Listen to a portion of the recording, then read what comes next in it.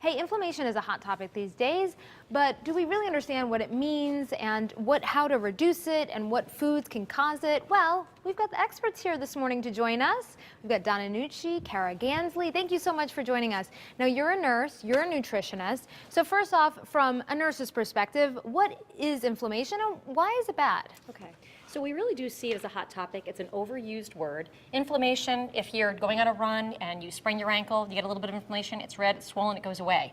But systemic inflammation is very different. So that can be really related to a lot of the things that happen to us in our diet, anxiety and stress, and then additionally, some of the foods that we eat.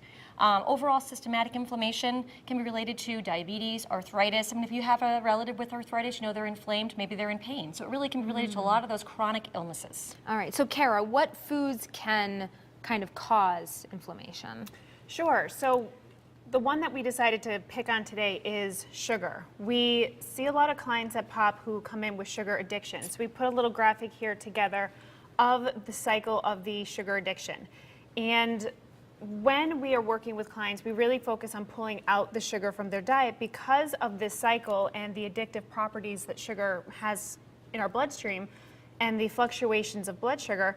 We pull it out because it is such a contributing factor to inflammation. Why is it, or how do you know if you're addicted to sugar? I mean, everyone likes sugar, right? Right, but during the day, yes, and during the day, certainly if you're craving that, if you're really making choices and you're saying to yourself, I feel like I need it, that sugar addiction, that cycle during the day, and last time we were on, we talked a lot about obesity, type 2 diabetes really being a problem in the United States, going to epic proportions, and it's really, a lot of it related to that blood sugar spike. So if children are eating or adults are eating a really high sugar breakfast, you spike your insulin during the day, and then you can become insulin resistant. And that's where that type 2 diabetes, that inflammation happens, and our whole body becomes inflamed and really doesn't know how to calm itself down. What other contributing, is sugar the only one, or are there other foods too? No, there's lots of other foods, certainly. Stress is another one. We brought in some things to kind of show you of things that we look at to add to the diet. There's actually a local physician from Yale who wrote a book about healthy joints and inflammation and foods and things to pull out of your diet,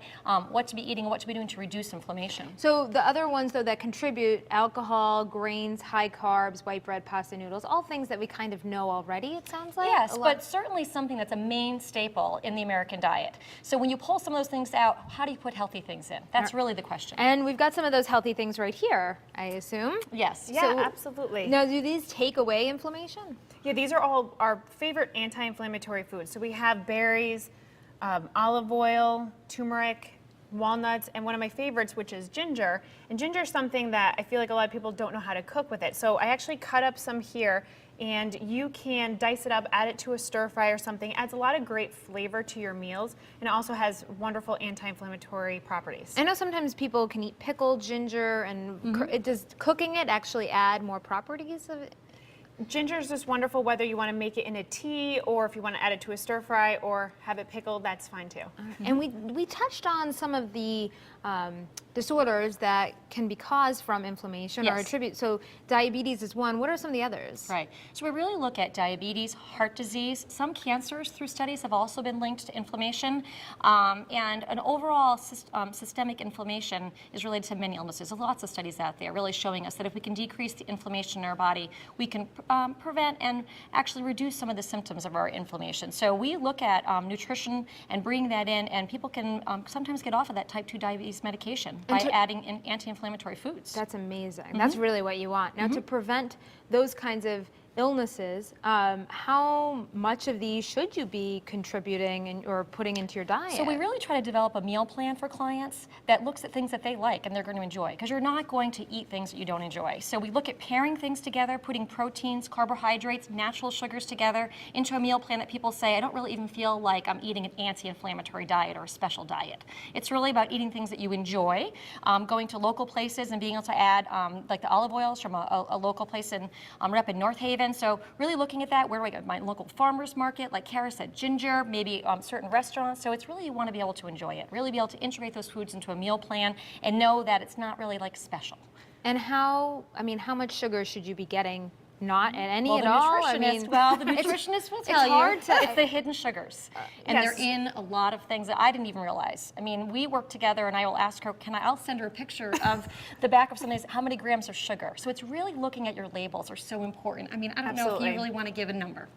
I don't really want to give a number, but it's smart to identify those hidden sugars that we keep talking about, the bread, the pasta, the rice, where we think carbohydrates, our body's converting it into sugar. So those are the hidden sugars where it's not the obvious pastries, it's not the obvious cookies Right. and cupcakes. A lot of it is that big pasta dinner with the tomato sauce that has a lot of added sugar. So That's it's really true. important Right. to check labels. Right. And so you pair those foods with certain things, and Kara will have all these great ideas for me. Well, if you put that with that, it will really stabilize your blood sugar and ensure that your blood sugar isn't spiking throughout the day. It really is helpful. Some great advice, ladies. Thank you so much. Yeah. It's going to make me rethink my diet, I think. And if you want more information, you can always head to our website, WTNH.com. Just click on the On Air tab, pull it down to the Good Morning Connecticut Weekend section.